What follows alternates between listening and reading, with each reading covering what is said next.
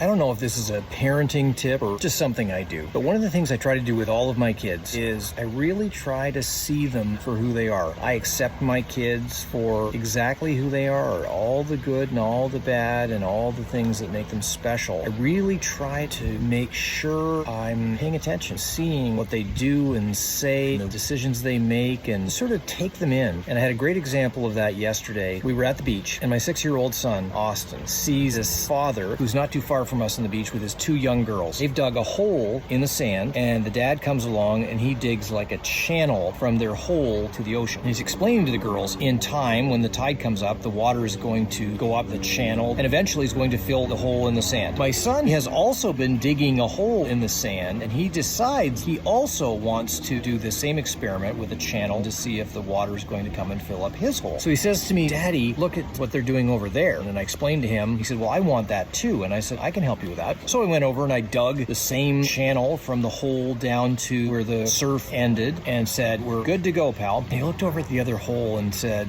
I don't know. Before I knew it, he was going over to the other dad and saying, "I want the same thing. I want mine to fill up with water just like yours." And he must have thought that this guy had proprietary knowledge, that he knew how to bring water up from the ocean, and perhaps his own father did not. Taking no offense, I just thought this is adorable that he has the courage and just the boldness to approach his other dad and say, "Hey, can you come and take a look at this and tell me what I'm doing wrong?" So the dad comes over and he's like, "Oh, so what you need to do is this, dig this hole a little bit thicker, take a little bit more sand out on this side of the hole." My son Austin's like, no, I want you to do it. I want you to dig the hole exactly like you dug it for your daughters. I want there to be no mistake. Again, I'm taking no offense as I'm watching this, but he convinces this dad to come over and dig parts of the hole. And before I know it, he's having a full conversation with this other dad about, we're here visiting friends and we're not actually from California. We come from Canada. He's asking if the dad and his family is going to stay for the fireworks as we are, and I hear the dad saying, "No, we have to go back home." And this goes on for quite some time, and I think he's just so comfortable talking to this dad. Eventually, the dad and his family leave.